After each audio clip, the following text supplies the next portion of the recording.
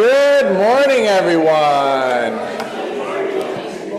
I am the Reverend William Levwood, affectionately known as Rev Lev. My pronouns are he and him, and I'm so happy that you decided to join us on this rainy day this morning. Welcome. We open and welcome to the ancestral people of this land who live on in their descendants, the present-day members.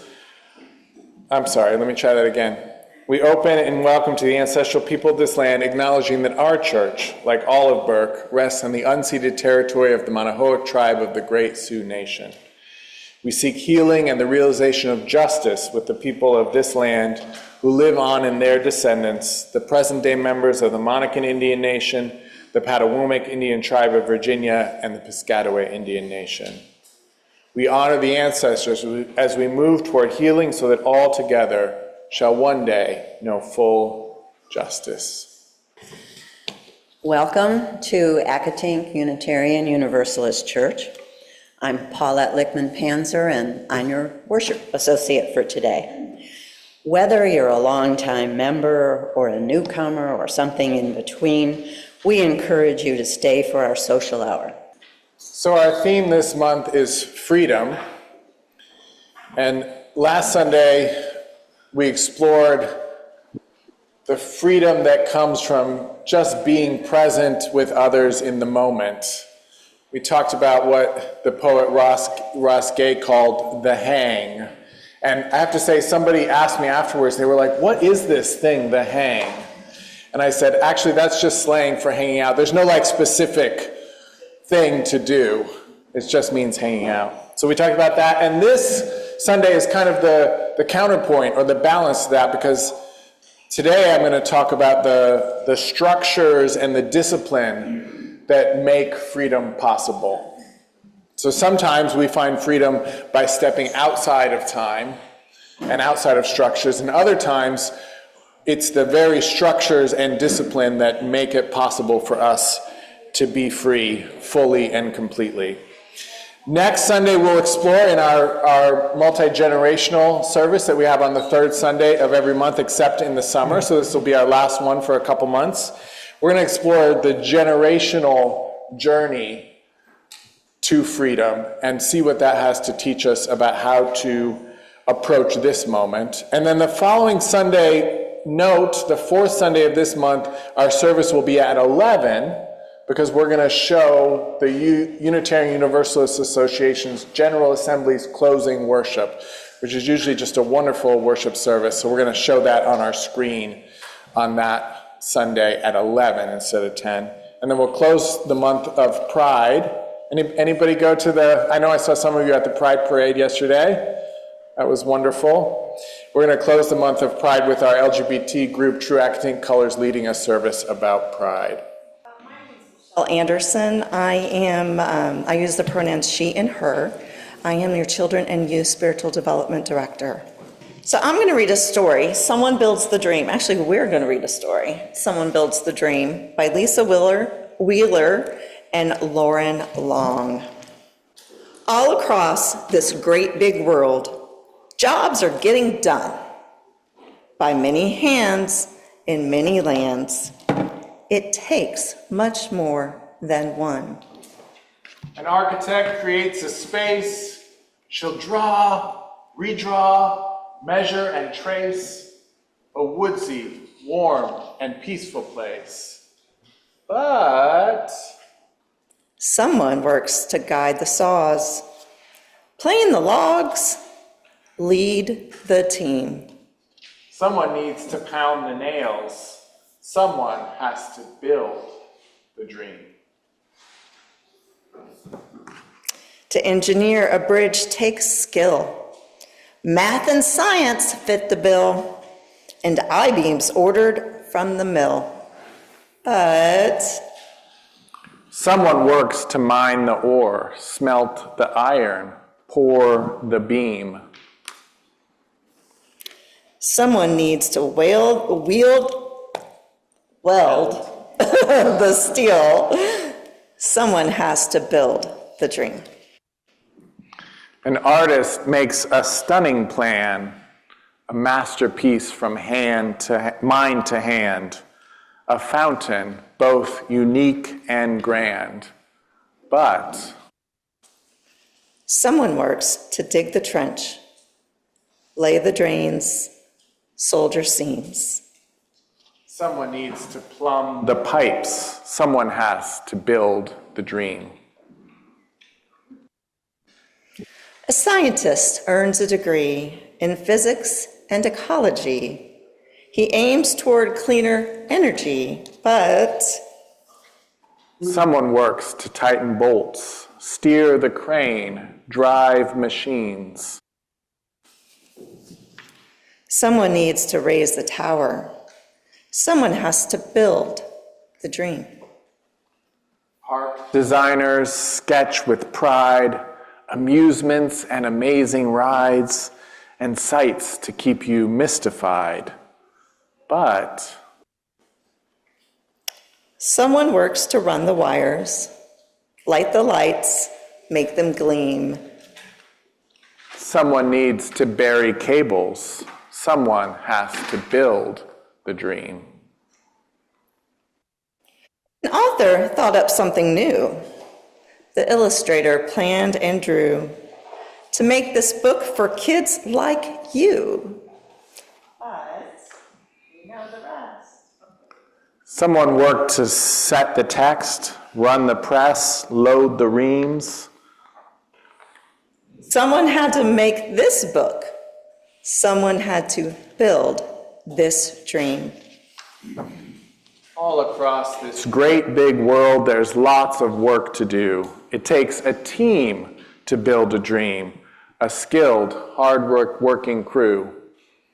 So when you see a bicycle, a playground, house, or shoe, remember all the someones who helped to make a dream come true. A few of you out there know that I'm a bit of a poet, and I truly wish that I had written this particular poem. It is called To Be of Use, and it's by Marge Piercy. The people I love the best jump into work head first, without dallying in the shallows, and swim off with sure strokes almost out of sight. They seem to become natives of that element, the black, sleek heads of seals bouncing like half-submerged balls. I love people who harness themselves an ox to a heavy cart, who pull like water buffalo with massive patience, who strain in the mud and the muck to move things forward and do what has to be done again and again. I want to be with people who submerge in the task, who go into the fields to harvest and work in a row and pass the bags along, who are not parlor generals and field deserters, but move in common rhythm when the food must come in or the fire must be put out. The work of the world is common as mud, botched. It smears the hands, crumbles into dust. But the thing worth doing, well done, has a shape that satisfies, clean and evident. Greek amphoras for wine or oil, Hopi vases that held corn are put in museums, but you know they were made to be used. The pitcher cries for water to be carried, and a person for work that is real. So some of you know that previous to being a minister, I was a professional modern dancer. That's what my undergraduate degree from the University of Maryland is in. And Garth Fagan Dance Company, you might know Garth Fagan from as the choreographer of The Lion King on Broadway, but he has his own modern dance company for many years before that. Garth Fagan Dance Company often began their performances with a piece titled Prelude, Discipline is Freedom, a piece that was made up of their classroom technique. So you had people doing warm-up stretches seated on the floor as part of the piece. You had people moving across the floor from one side to the other like you do at the end of a dance class. All of it displaying a new alphabet, an original language of movement known as the Fagan technique that synthesized modern dance with Afro-Caribbean dance. And it's like that first piece was teaching us this new language, opening the evening, and then once we learned the language, the stories through dance were shared with us now that we had the vocabulary. This particular piece and Garth Fagan dance was my introduction to dance. It was in the summer of 1991, and my family had just moved from Lincoln, Nebraska to Columbia, Maryland. Previous to this, I had spent 2 years dancing by myself in my bedroom, just in that narrow space between the bed and the dresser drawers. I watched MTV. I watched BET, though we lived in Nebraska, so we didn't even have BET, Black Entertainment Television, there in Nebraska, in Lincoln. The local cable package didn't include it. So my uncle, who lived in Arkansas, would send me VHS tapes of music videos from BET. And then that summer in Columbia, Maryland, I saw modern dance. In Columbia, there was a summer dance festival. Each year, it featured a few dance companies, including Alvin Ailey Dance Theater, who have a famous piece to Wade in the Water that Sophia just played. But another one of those companies this particular summer was Garth Fagan Dance. And I didn't just go to the performances of those 3 different dance companies. They had master classes with local dancers, and although I wasn't participating in the classes, I went and watched. They had lecture demonstrations where they would show parts of the pieces and talk about them. I went to those as well.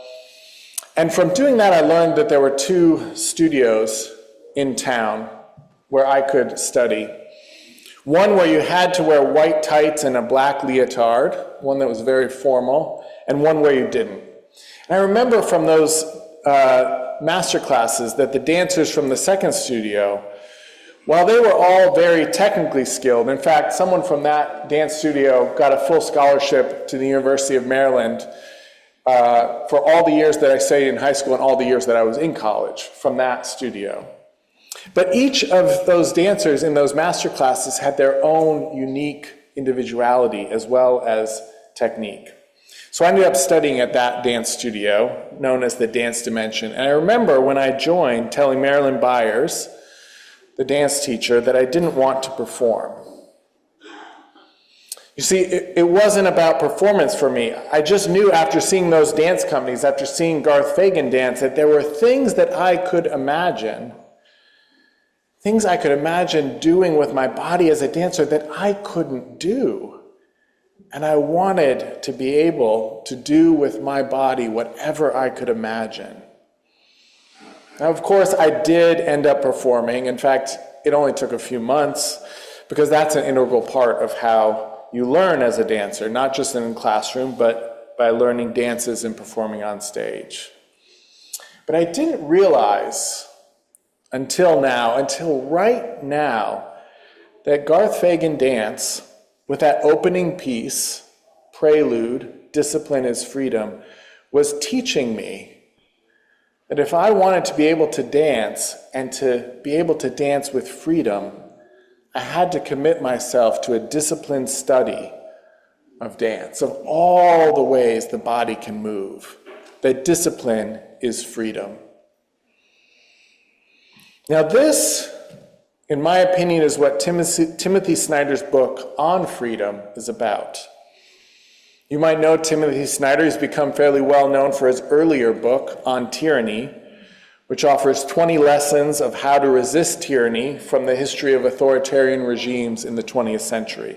I shared some of those lessons in a sermon a few months ago. Now, On Freedom is the positive version of that book, not on what we're resisting, but on what we're fighting for. And Snyder points out that in America, our default definition for freedom tends to be a freedom from something.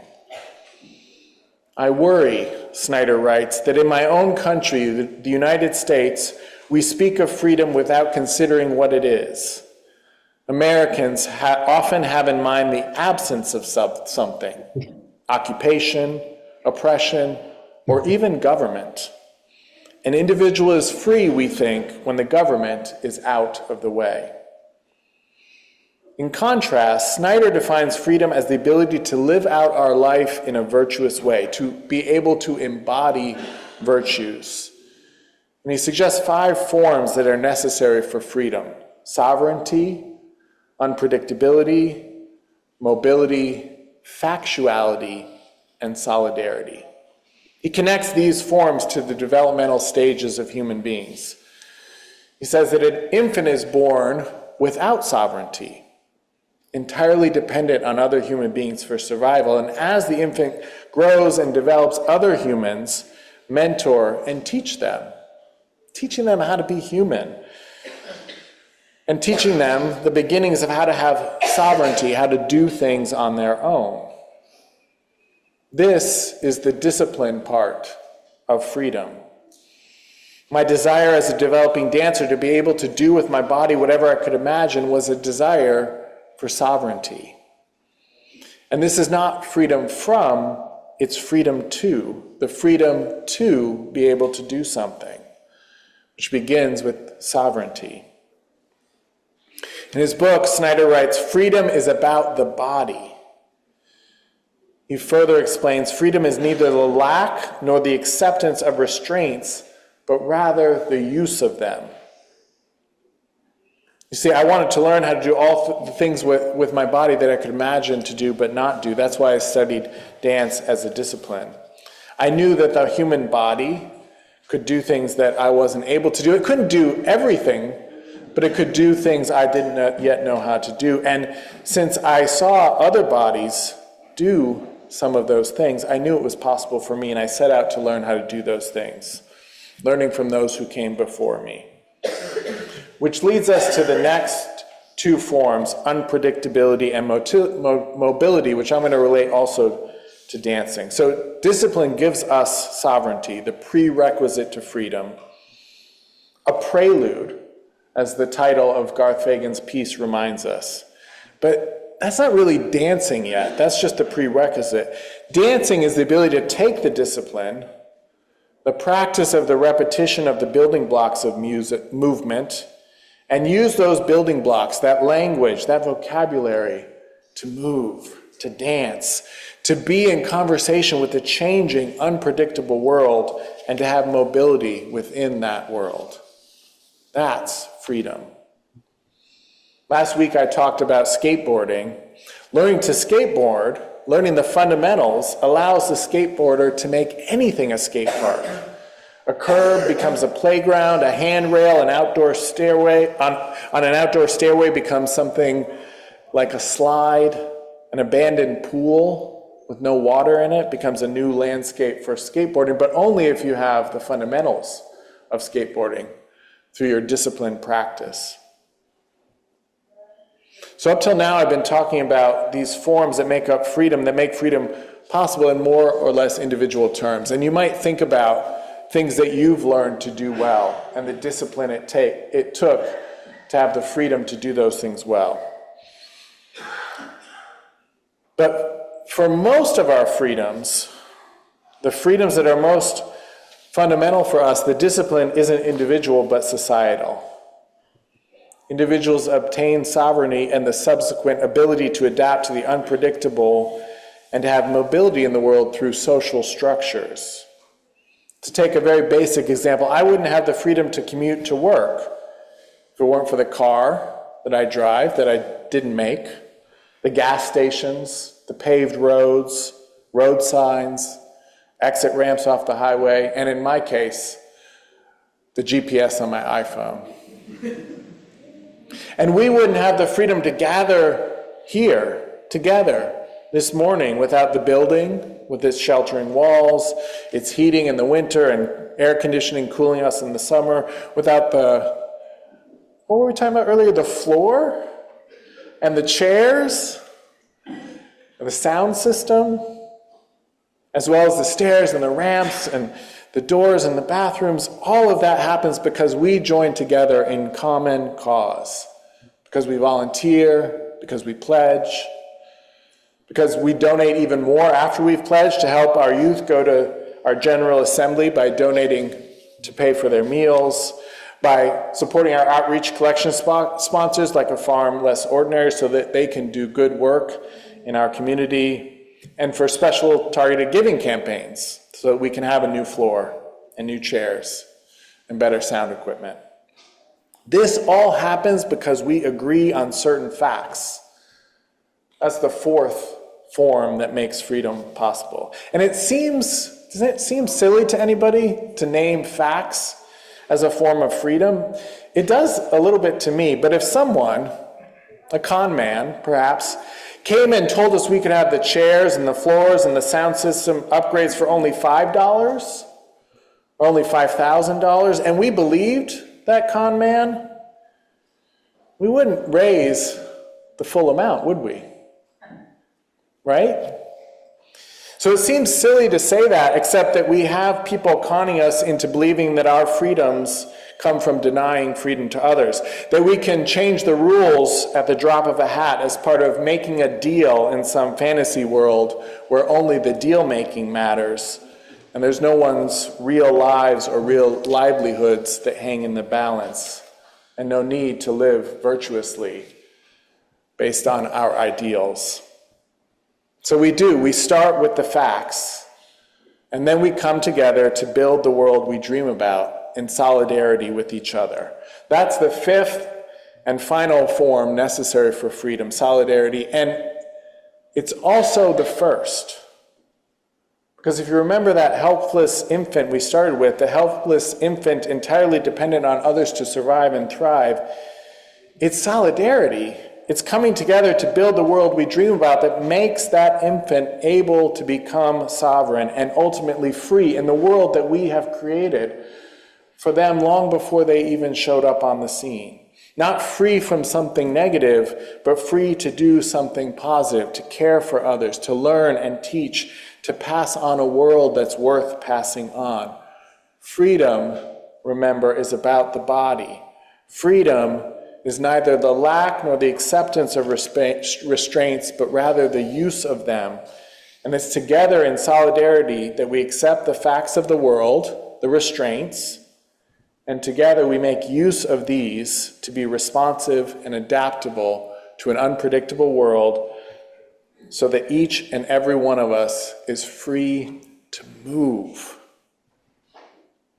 To do this, to be free, we need schools and hospitals. We need Medicaid and higher educational institutions free from government censorship. We need roads and the electrical grid. See what I'm getting at? It's not about tearing things down and having less government. It's about having the right structures that give us the freedom to do what we're called to do as human beings. And it's also about this building and this community, our freedom to meet and assemble together, exploring freely our sense of how the world works and how we're called to respond to that. Not a given everywhere in the world, not at all times. Discipline is freedom. And discipline is a social thing, a thing we make and do together, and a thing we pass on to the next generation through the structures we're able to create and preserve that make freedom possible. They make our children and our grandchildren and our great-grandchildren able to be sovereign and free, to dance, to move freely, to let the limits of their imaginations be the only limits to what they can do and be in the world. So let's practice the discipline necessary for freedom. Let's protect the institutions that make that freedom possible. Let us make channels for the streams of love where they may freely flow. May it be so, and may we be among those who make it so. Amen, amen, amen, and blessed be.